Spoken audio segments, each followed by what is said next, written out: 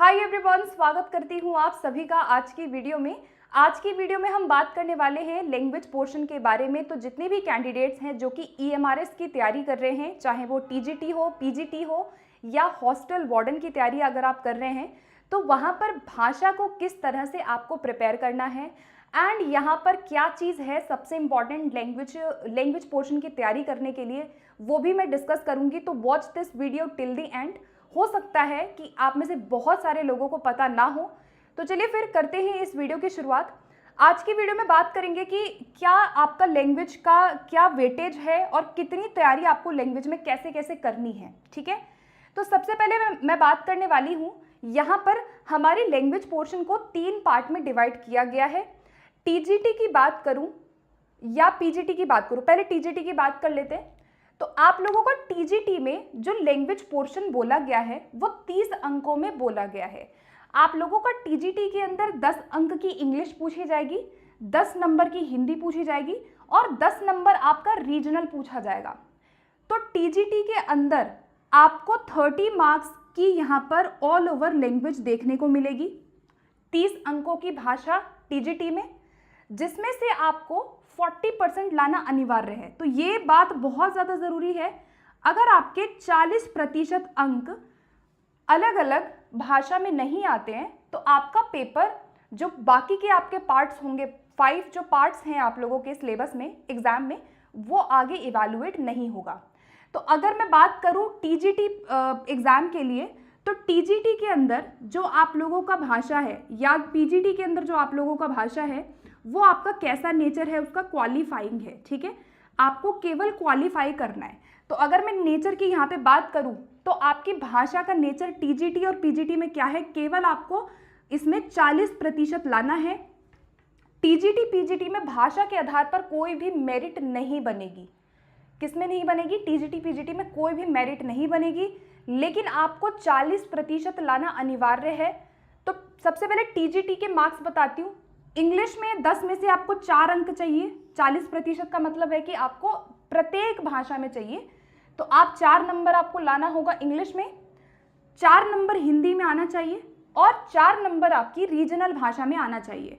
Regional भाषा जो है वो केवल TGT में अभी बोला गया है। TGT और हॉस्टल वार्डन में रीजनल भाषा आएगा, आपका रीजनल भाषा PGT के अंदर नहीं है। तो PGT में रीजनल नहीं है। PGT में आपको 20 अंक की लैंग्वेज देखने को मिलेगी। ठीक है, कितने अंक की लैंग्वेज देखने को मिलेगी? आपको 20 अंक की लैंग्वेज देखने को मिलेगी। तो आपको PGT के अंदर 10-10 अंक की हिंदी और इंग्लिश देखने को मिलेगी, जहाँ पे आपको यहाँ पे क्वालिफाई करना होगा। ठीक है, और TGT के अंदर आपका इंग्लिश, हिंदी, रीजनल तीनों देखने को मिलेगी। अगर बात करूँ रीजनल भाषा के बारे में, तो आपने फॉर्म फिल करते समय जिस भाषा का चुनाव किया होगा, तो 18 कुल भाषाएं हैं रीजनल के अंदर। आप में से बहुत सारे लोगों ने हिंदी की होगी, किसी ने इंग्लिश किया होगा, कोई बंगाल से है तो बंगाली वो कर सकता है, या किसी ने गुजराती किया होगा, किसी ने उर्दू किया होगा। तो आपने जिस भी रीजनल भाषा को सिलेक्ट किया है, उसी के प्रश्न आपको यहाँ पे बेसिक ग्रामर के देखने को मिलेंगे। तो बेसिक ग्रामर, आपका बेसिक ग्रामर का मतलब है, मान लीजिए कि कोई कैंडिडेट है जिसने इंग्लिश या हिंदी एज अ रीजनल भाषा सिलेक्ट की है। मान लो कोई दिल्ली से है और उसने हिंदी या इंग्लिश कोई भी रीजनल भाषा उसने सेलेक्ट कर ली है। फॉर एग्जांपल, अगर उसने कोई, क्योंकि ज़्यादातर लोग जो है वो हिंदी इंग्लिश ही सिलेक्ट करेंगे। ठीक है, तो मैं हिंदी इंग्लिश लेके चल रही हूँ। किसी ने अगर रीजनल भाषा हिंदी इंग्लिश ली है, तो आप जो यहाँ पे हिंदी इंग्लिश देख रहे हो, इससे एक लेवल ऊपर थोड़ा सा अच्छा स्तर आपका रीजनल में पूछा जाएगा। बेसिक ग्रामर आपका हायर सेकेंडरी लेवल तक आएगा, जिसमें क्या पूछा जाएगा 10 अंक में आपका रीजनल भाषा में, आपके synonym, antonyms, one word substitution, त्रुटि वाले क्वेश्चन जो आते हैं, एरर वाले क्वेश्चन हो गए, या स्पेलिंग, गलतियों में सुधार, जो अशुद्ध शुद्ध गलतियां आती हैं स्पेलिंग वर्तनी संबंधी, तो वो आपका पूछा जाएगा। तो आपको अभी ये देख के पता लग रहा होगा कि रीजनल का जो नेचर होगा क्वेश्चन का, वो कैसा होगा। आप लोगों का जो नेचर है वो है synonym, antonym, one word, error and spelling error. ठीक है, ये आपका इस तरीके से जो सामान्य ग्रामर होता है, बेसिक ग्रामर, वही पूछा जाएगा, कुछ भी अलग से नहीं आएगा। बाकी अगर किसी और ने इंग्लिश और हिंदी के अलावा कोई और इसमें से भाषा सिलेक्ट की है एज अ रीजनल लैंग्वेज, तो आप लोगों को ऑफिशियल वेबसाइट पे जब आप टीजीटी वाला सिलेबस जो है, ऑल ओवर टीजीटी का सिलेबस जब आप डाउनलोड करेंगे तो वहाँ पे आप नीचे जाएंगे तो रीजनल लैंग्वेज का अलग से सिलेबस वहाँ पे मेंशन किया गया है। तो आप लोग उस पूरी पीडीएफ को कंसिडर कर सकते हो। मेरे टेलीग्राम से आप लोग जुड़ जाइए, वहाँ पे अब मैंने पीडीएफ ऑलरेडी शेयर की हुई है। बाकी यहाँ पे मैं बता दे रही हूँ, रीजनल भाषा में इस तरीके से आपका बेसिक ग्रामर आएगा। तो क्या बात समझ में आई कि जो आपका टीजीटी है उसमें आपका 10 10 10 3 अंक का आपका 30 अंकों में पूछा जाएगा, जिसमें से आपको प्रत्येक में 4 अंक लाना अनिवार्य है। क्वालिफाइंग एग्जाम होगा, मेरिट आपकी इस पर नहीं बनेगी, पीजीटी में भी मेरिट नहीं बनेगी। आप लोगों का हॉस्टल वार्डन की तैयारी जो कर रहा है, ठीक है, जो हॉस्टल वार्डन की तैयारी कर रहा है, अगर हॉस्टल वार्डन की बात करूं तो आप लोगों का जो मेरिट है वो इसमें मेरिट में ये सारे आपके नंबर इंक्लूड होंगे।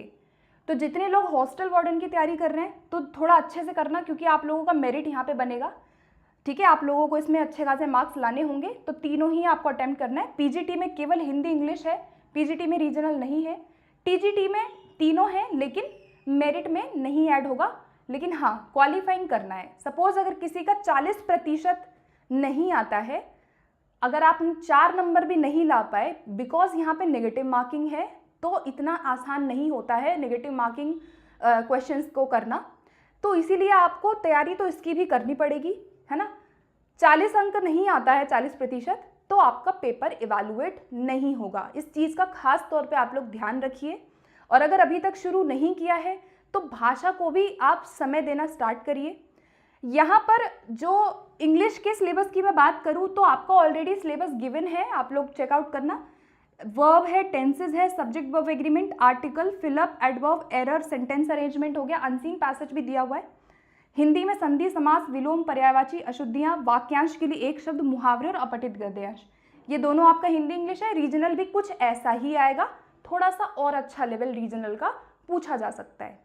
बाकी कोई डिफरेंस नहीं है, रीजनल कुछ ऐसा अलग से नहीं आएगा, वही चीज़ें रीजनल में भी पूछी जाएंगी, ठीक है। सपोज किसी का हिंदी इंग्लिश पहले से है, रीजनल अगर उसने हिंदी ली हुई है तो उसको हिंदी के क्वेश्चन जो है वो जो समानार्थक शब्द है, विपरीतार्थक शब्द है, इस प्रकार के क्वेश्चन उनको देखने को मिलेगा, ठीक है। फिर आता है मैंडेटरी अंक। मैंने बता दिया मैंडेटरी आपको कितना चाहिए। For TGT and PGT you have to obtain 40% marks, minimum 40% का मतलब है 4 अंक होने चाहिए।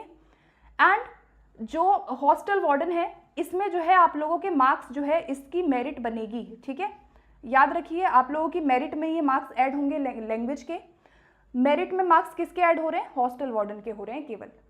बाकियों को क्या करना है, क्वालिफाइंग करने के लिए एग्जाम में आप चाहते हो कि आपके पहले के पार्ट्स चेक हों, तो आपको ये जो अंतिम पार्ट है लैंग्वेज वाला, इसको अलग से आपको 40% के साथ क्वालिफाई करना होगा। तो आशा करती हूँ कि ये जो भाषा का आपको कन्फ्यूजन था ये दूर हो गया होगा। बाकी अगर आप चाहते हैं बुक्स की वीडियो, तो मैंने ऑलरेडी EMRS की अलग से एक बुक की वीडियो बनाई हुई है, ठीक है, जहाँ पे मैंने हिंदी इंग्लिश दोनों की बुक्स डिस्कस की हुई है। आपको डिस्क्रिप्शन बॉक्स में मैं बुक्स का लिंक दे दूंगी, यहाँ पे मैं नहीं मेंशन कर रही हूँ कि आपको क्या पढ़ना है, आप लोग वो बुक की वीडियो जाके चेकआउट करना, मैं लिंक दे दूंगी कमेंट में। इसके अलावा डिस्क्रिप्शन में आपको इन बुक्स का लिंक मिल जाएगा, तो आप लोग हिंदी इंग्लिश के लिए अलग अलग बुक्स को चेकआउट कर सकते हो, ठीक है। मैं लिंक दे दूंगी, और या तो फिर आप वो मेरी वीडियो देख लेना जाके, वहाँ पे आपको क्लैरिटी हो जाएगी कि आपको भाषा के लिए क्या पढ़ना है। इसके अलावा अगर कोई भी ऐसी बुक है जो अभी प्रेजेंट टाइम पे आप जिस किताब से तैयारी कर रहे हो, तो कोई बात नहीं, वो भी ठीक है ना। अलग से 10 किताबें लेने की ज़रूरत नहीं है। आपके पास जो प्रैक्टिस सेट है, आपके पास जो प्रीवियस ईयर है, आपके पास जो भी बुक है इस टाइम पे अवेलेबल, आप उससे भी अपनी तैयारी कर सकते हो। लेकिन हाँ, तैयारी नहीं रुकनी चाहिए, तैयारी कंटिन्यू रहनी चाहिए। तो आशा करती हूँ कि आज की वीडियो में ये सारी कन्फ्यूजन आप लोगों की क्लियर हो गई होगी। वीडियो अगर आपको अच्छी लगती है, आपको लगता है कि आपको हेल्प हुई है, तो इस वीडियो को अपने फ्रेंड्स तक भी पहुँचाइए। एंड अगर आप मुझे पहली बार देख रहे हैं तो you can subscribe to my channel for upcoming videos. आगे EMRS ओरिएंटेड ही वीडियोस में लाऊंगी इसी तरह की। So thank you so much for watching this video, and in case if you have any doubt regarding anything, so feel free to ask me in comment box. Thank you so much for watching this video.